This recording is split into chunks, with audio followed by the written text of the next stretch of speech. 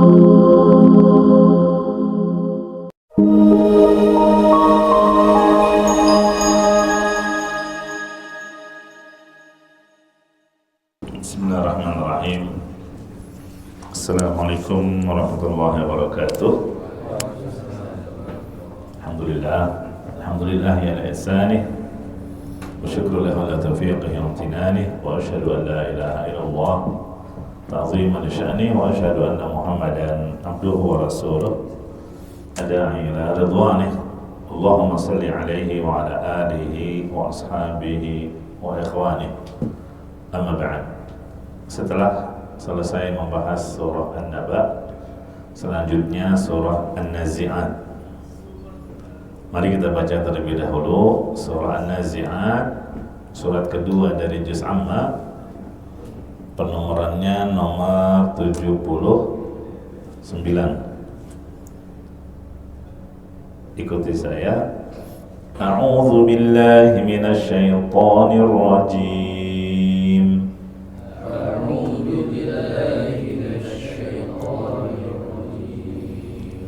Bismillahirrahmanirrahim.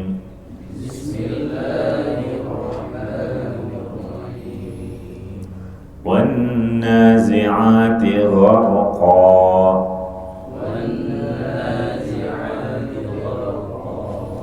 Wan-nashiqati nashta.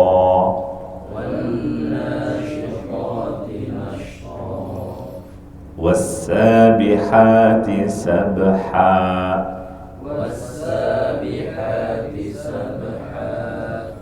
فالسابقات سبقا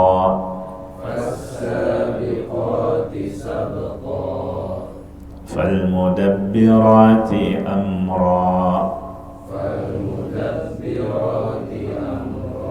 Baik, jazakumullah khairan. Itu 5 ayat pertama.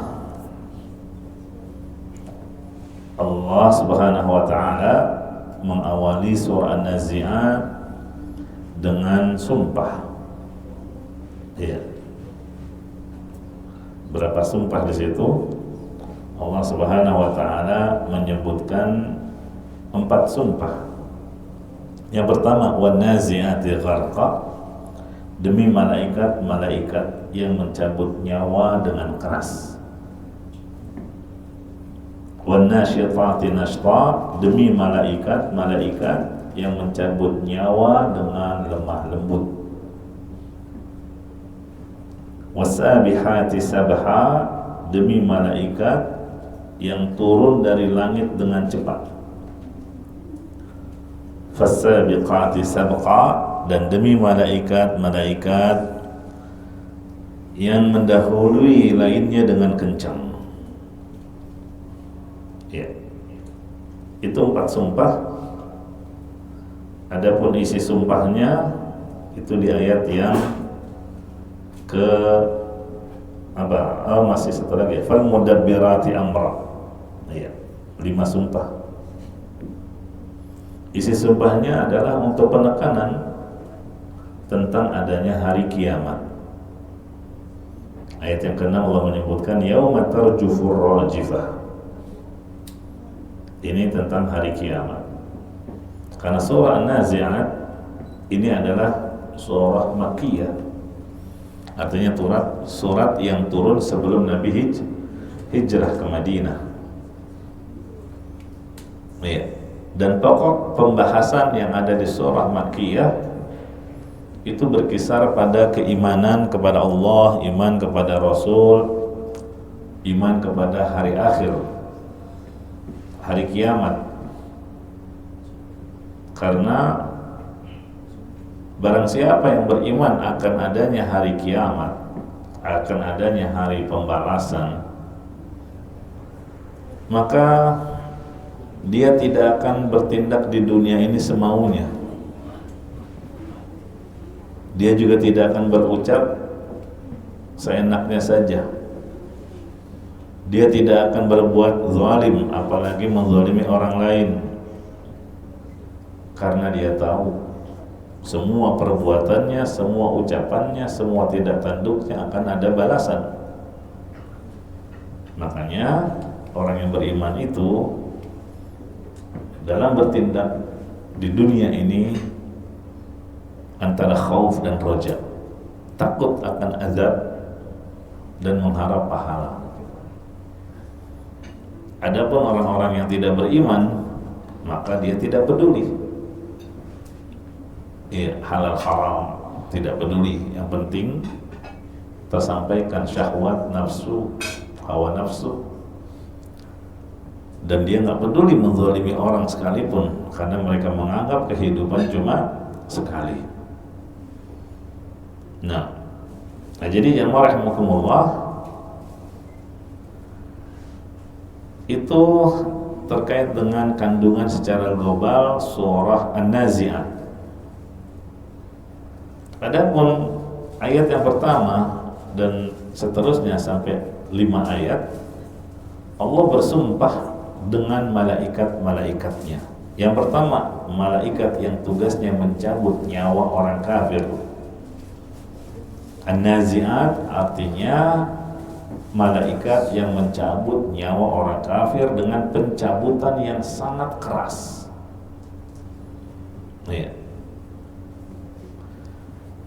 Kenapa mencabut dengan sangat keras? Karena orang-orang kafir itu berusaha lari, sehingga ditarik dan dicabut dengan cabutan yang sangat keras, yang diperumpamakan oleh Nabi SAW seperti ada besi yang berduri terus ditarik dari benang wol yang basah. Nah, itu perumpamaannya. Tentu sangat sakit dan sulit. Kata Nabi, kama yuntaza'us sufud, dicabutnya roh orang kafir bagaikan dicabutnya besi tajam yang biasanya digunakan untuk mengaitkan daging, supaya siap untuk dibakar. Itu dicabut dari wol yang basah. Jadi seandainya ada sepotong kain wol dalam keadaan basah, kemudian di dalamnya ada semacam duri, maka mengeluarkannya adalah hal yang sulit karena basah. Kalau ingin dikeluarkan, itu akan merobek-robek kain wol tersebut. Ini perumpamaan yang Nabi berikan, gambaran bagaimana malaikat pencabut nyawa ketika mencabut ruh orang-orang kafir.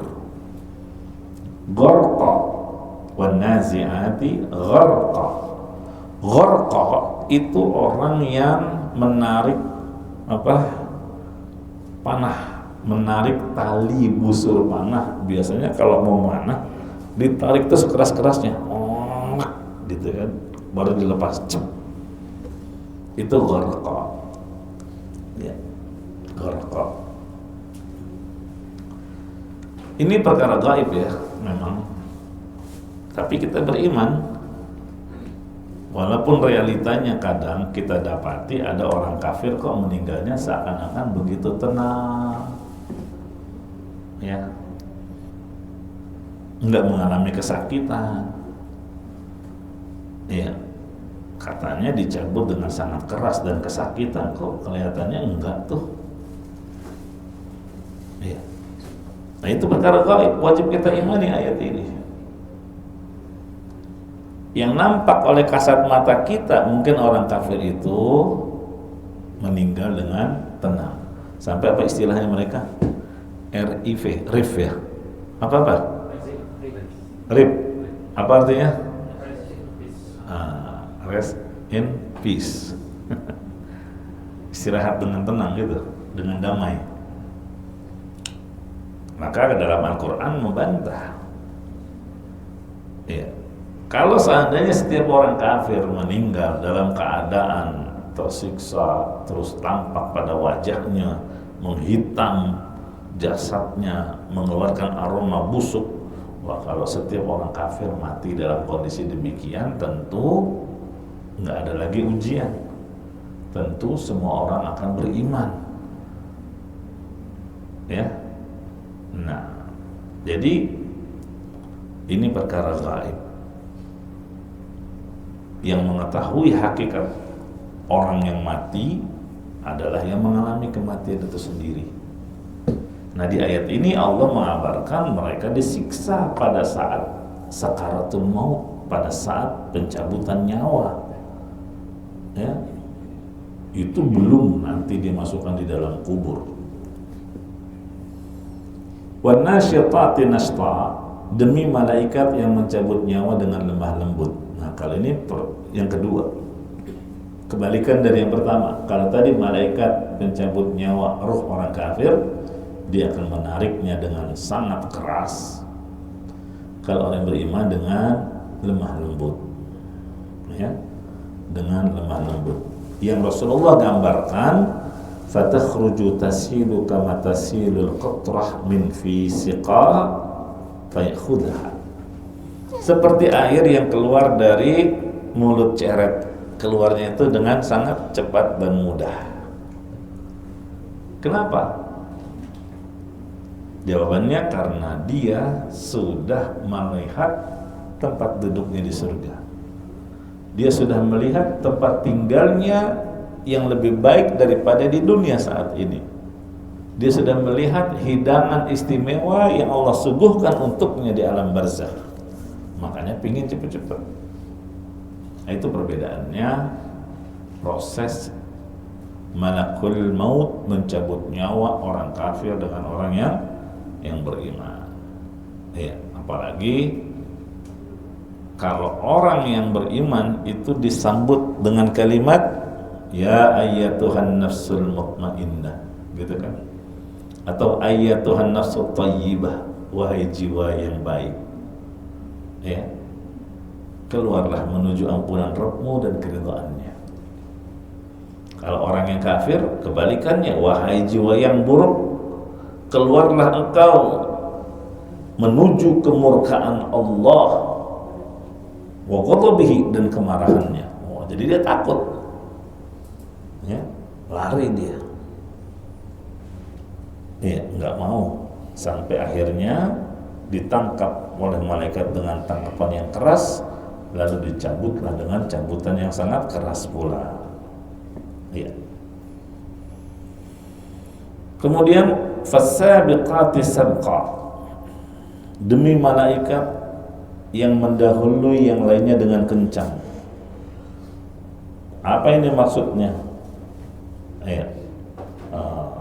Yang ketiga belumnya, wasabihati sabha, malaikat yang turun dari langit dengan cepat. Ya. Jadi malaikat itu kan punya sayap. Allah berikan kelebihan bergeraknya dengan sangat cepat. Jin juga punya sayap. Jin juga punya kemampuan bisa terbang. Tapi kecepatannya jin nggak ada apa-apa dibandingkan kecepatannya malaikat. Iya. Nah, di sini maksudnya adalah terkait dengan jin-jin yang berusaha mencuri berita dari langit. Ya. Jin-jin yang berupaya mencuri berita dari langit. Itu ketika mereka mendapatkan berita yang didengar dari obrolan para malaikat dengan Allah, maka malaikat akan turun dengan cepat, ya, melebihi jin tadi, gitu. Nah, ini ya yang dimaksud oleh as-sabiqati sabqa, fas-sabiqati sabqa, menunjukkan bahwa malaikat itu makhluk Allah yang sangat dahsyat, yang dapat bergerak dengan cepat, apalagi untuk menurunkan wahyu dari Allah Subhanahu wa ta'ala kepada para nabinya. Ya. Ini masih ada kaitannya dengan ayat setelahnya, fas-sabiqati sabqa. Ya. Kalau as-sabiqati sabqa ini malaikat itu makhluk yang bersegera melaksanakan perintah Allah, termasuk juga malaikat yang mendahului para jin untuk menyampaikan wahyu kepada Rasulullah SAW. Sehingga jin yang berusaha mencuri dengar dari malaikat itu tidak mungkin mempengaruhi wahyu yang Allah turunkan kepada Nabi dan Rasulnya, gitu ya. Nah, ini jamaah rahimani wa rahimakumullah terkait dengan 4 ayat pertama dari surah An-Nazi'at. Kenapa di awal surat An-Nazi'at Allah bersumpah dengan menyebut para malaikat? Ini untuk menunjukkan sifat kesempurnaan bagi Allah. Ya. Kita mengetahui kebesaran makhluk menunjukkan kebesaran Khalik yang mencipta.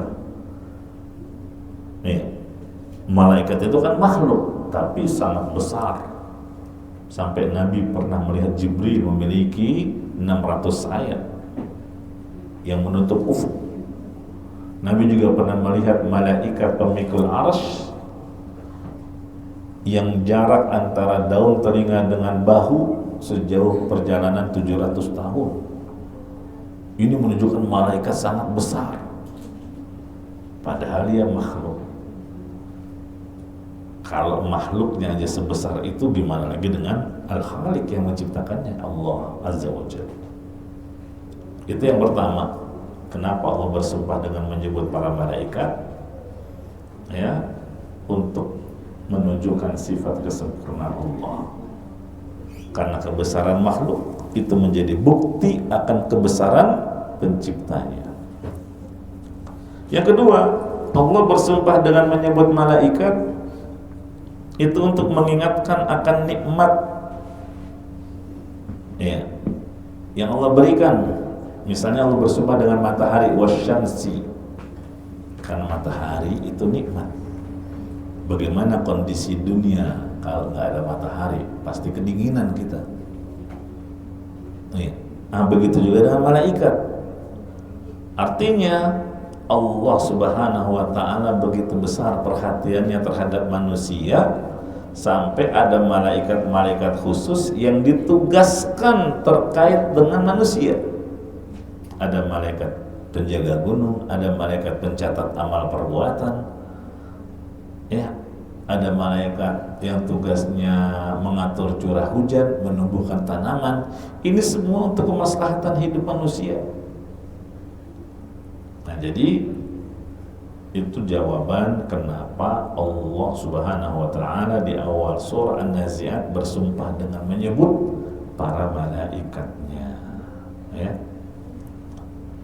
Fal mudabbirati amra, dan demi para malaikat yang mengatur urusan. Ini menunjukkan malaikat itu sangat banyak dan masing-masing punya tugas yang Allah perintahkan kepada mereka. Ada malaikat yang tugasnya hanya beribadah di langit, ya. Contoh di Baitul Ma'mur itu kan setiap harinya ada 70.000 malaikat yang pernah sholat di situ, nggak akan pernah sholat untuk kedua kalinya. Sehingga setiap harinya Baitul Ma'mur dihadiri oleh malaikat yang berbeda. Bayangkan itu sejak pertama kali Allah menciptakan langit dan bumi. Sehingga kata Nabi SAW, langit itu sampai mengeluarkan suara atid namanya. Atid itu hewan kalau dikasih beban yang berlebih itu keluar suara ngik ngik gitu ya. Kayak kita kalau bawa barang terus berat mengeluarkan suara atid. Nah, kata Nabi SAW, at-tatis sama, ya, aku mendengar langit itu mengeluarkan suara seakan-akan dia merasa berat, keberatan saking banyaknya malaikat yang menempati langit. Nah, jadi jamaah rahimakumullah, malaikat itu sangat banyak. Ada yang mengatur hujan, menumbuhkan tanaman, ada mengatur tugasnya keliling cari majelis ilmu, ada yang tugasnya meniupkan ruh ke dalam kandungan yang sudah berusia 4 bulan, dan seterusnya.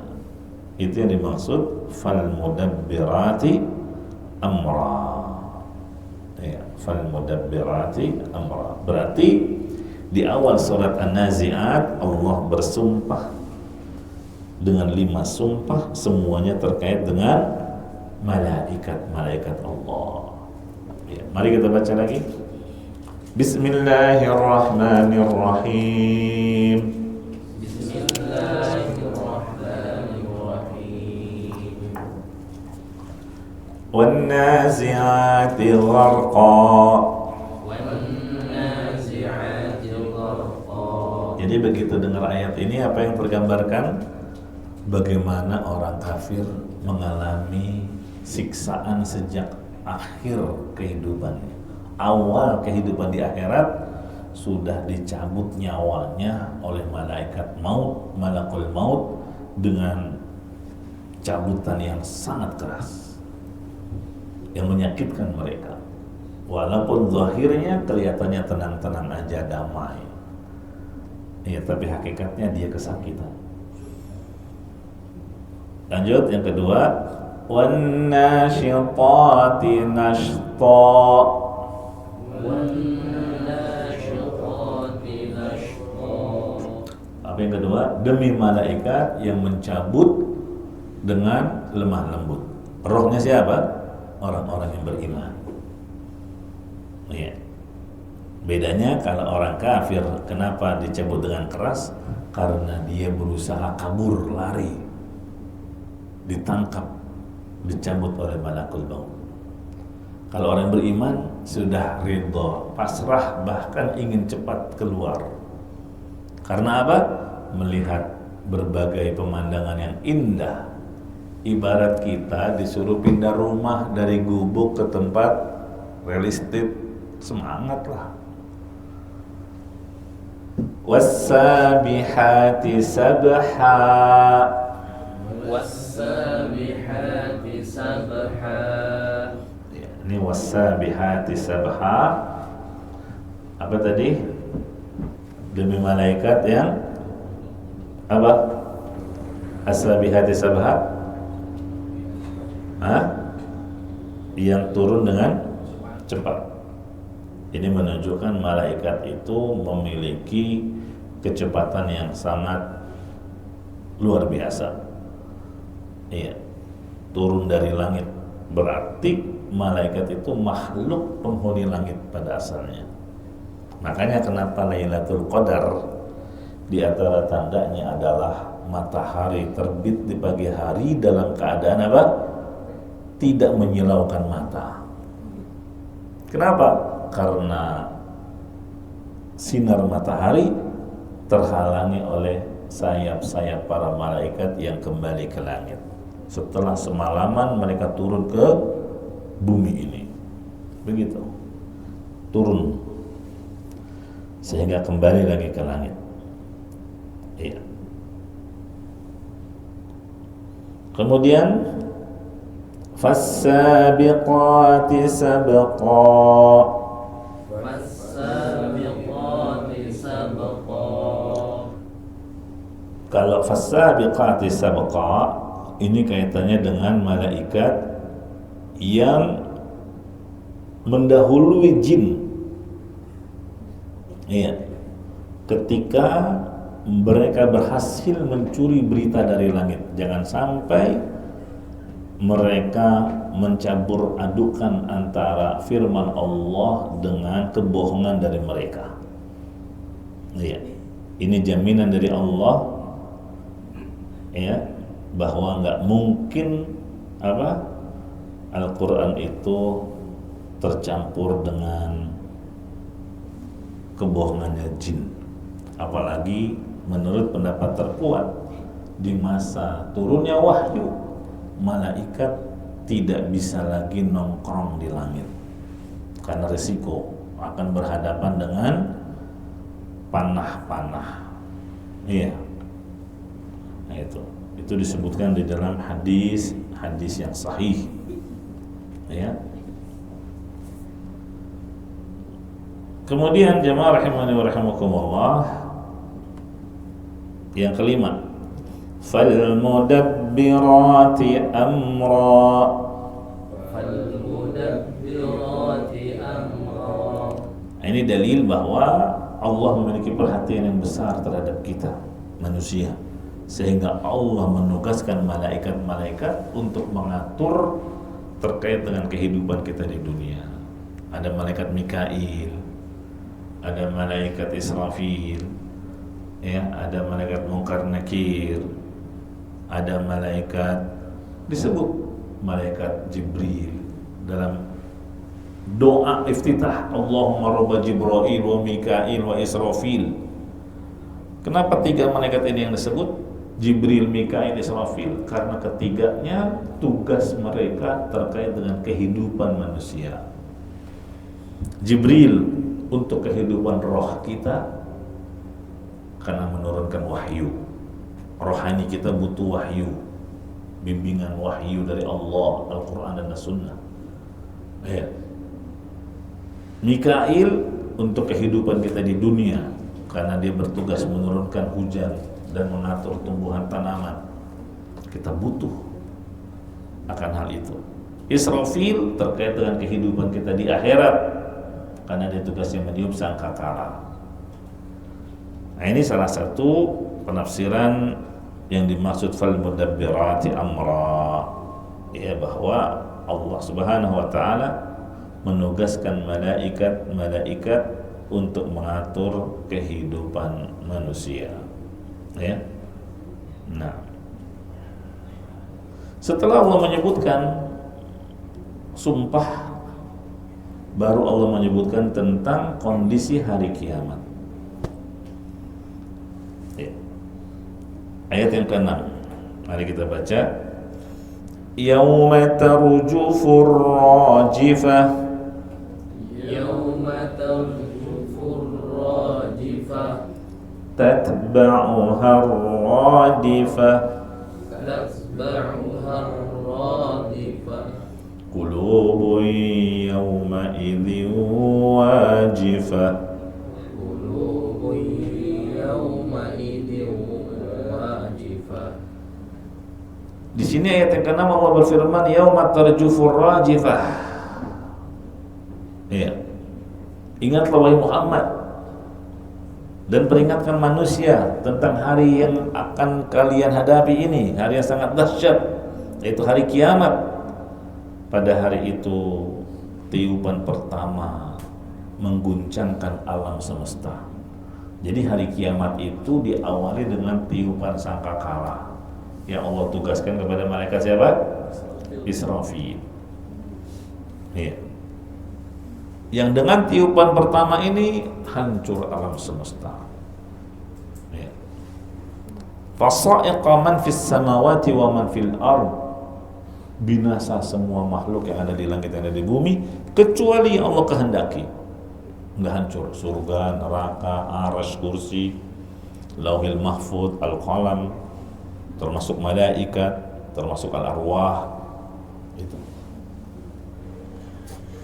Gitu ya. Kemudian tatba'uhar radifah. Setelah tiupan yang pertama akan diikuti dengan tiupan yang kedua.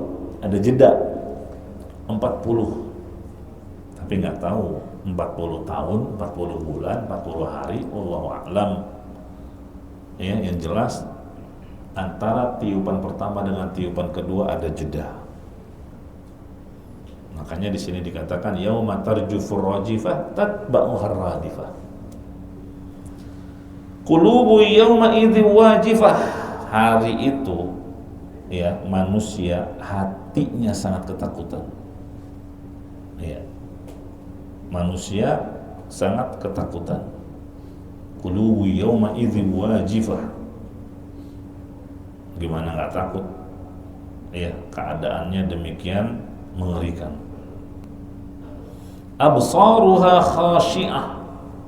Nah, kalau disebut dahsyatnya hari kiamat itu kan dampaknya luar biasa. Saking takutnya anak muda rambutnya sampai beruban, yang lagi hamil muda keguguran, yang hamil tua belum HPL tapi langsung melahirkan. Itu saking dahsyatnya. Absaruha khashi'ah. Ini ya, pandangannya tunduk.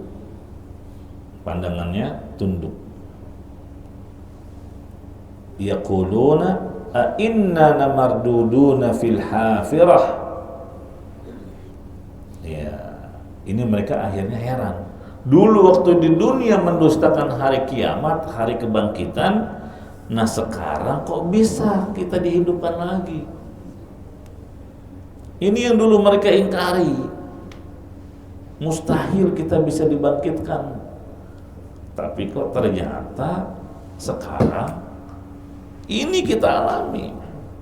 Ya. Dulu mereka bilang apa? Apakah kita benar-benar akan dikembalikan kepada kehidupan semula? Aidza kunna idhaman nakhirah. Padahal kita sudah menjadi tulang belulang yang hancur. Mereka nggak yakin. Qalu tilka idzan qarratun khasirah. Kalau memang kita bisa dikembalikan, maka ini adalah pengembalian yang merugikan. Pengembalian yang merugikan. Karena apa? Karena kita nggak ada persiapan. Ya, karena kita lalai akan kehidupan setelah hari kebangkitan ini. Ya. Fa innama hiya zajratun wahidah. Pengembalian itu hanya dengan sekali tiupan saja, yaitu tiupan yang kedua. Ya. Wa nufikha fis sur, ketika ditiupkan yang pertama binasa, tsumma nufikha fi ukhra, ditiupkan lagi yang satu kali yang kedua, fa idzahum qiyamun yanzurun, tiba-tiba mereka bangkit dari dalam kuburnya. Fa idzahum bis-sahira, seketika mereka sudah berada di alam mahsyar. Ya, seketika itu mereka sudah berada di alam mahsyar. Jadi mereka terheran-heran. Loh, ternyata benar apa yang dikatakan oleh Muhammad bahwa kita akan dibangkitkan. Ini yang dulu kita ingkari, ini yang dulu kita dustakan, ternyata sekarang benar-benar kita mengalaminya. Gitu ya. Nah, mari kita baca. Jadi 5 ayat pertama Allah bersumpah dengan siapa? Malaikat. Untuk apa Allah bersumpah? Untuk menekankan akan adanya hari kiamat. Lalu Allah sebutkan gambaran kiamat itu seperti apa dari ayat yang ke-6. Ya. Mari kita baca dari ayat yang ke-8. Qulubun yawma idzin wajifah. Qulubun yawma idzin wajifah. Absaruha khashi'ah. Absaruha khashi'ah. Ini tentang orang kafir.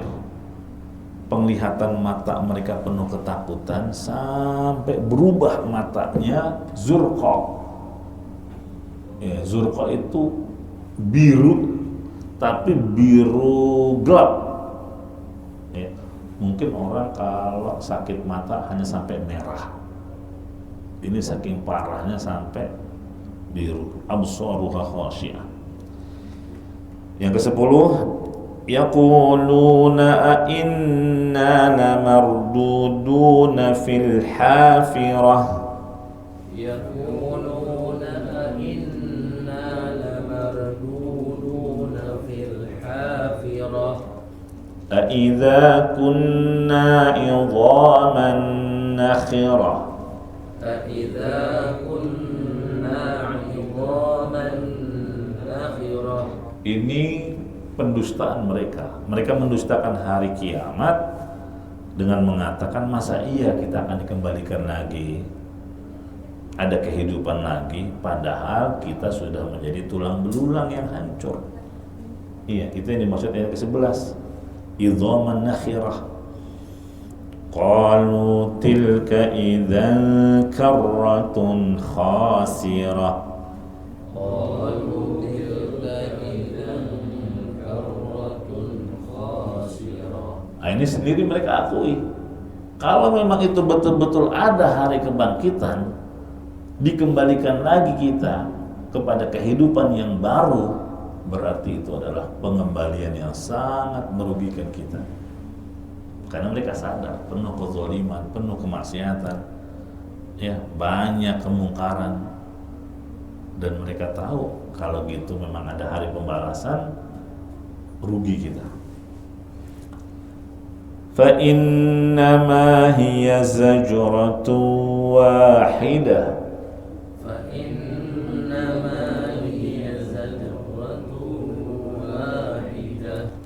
Untuk mengembalikan mereka kepada kehidupan yang baru di akhirat itu nggak butuh waktu lama, cuma sekali tiupan, ya, yang tadinya berupa tulang belulang, yang tadinya sudah lumat dengan tanah, Allah perintahkan menjadi sosok yang sempurna. Fa idza hum bis-sahirah. Fa idza tiba-tiba mereka sudah berdiri di padang mahsyar. Ya, kaget mereka. Kok tiba-tiba kita sudah berdiri di padang mahsyar, dibangkitkan oleh Allah Subhanahu wa taala untuk mempertanggungjawabkan atas perbuatan mereka selama di dunia ini. Baik, 14 ayat pertama yang bisa kita bahas pada pertemuan pertama dari surah An-Nazi'at. Barakallahu fikum wa jazakumullahu khairan. Ada pertanyaan? Nggak ada ya, jelas ya Allah. Barakallahu fikum wa jazakumullahu khairan. Naktafi bihadzal qadar. Subhanakallahumma bihamdika asyhadu an la ilaha illa anta astaghfiruka wa atubu ilaik. Walhamdulillahi rabbil alamin. Wassalamualaikum warahmatullahi wabarakatuh.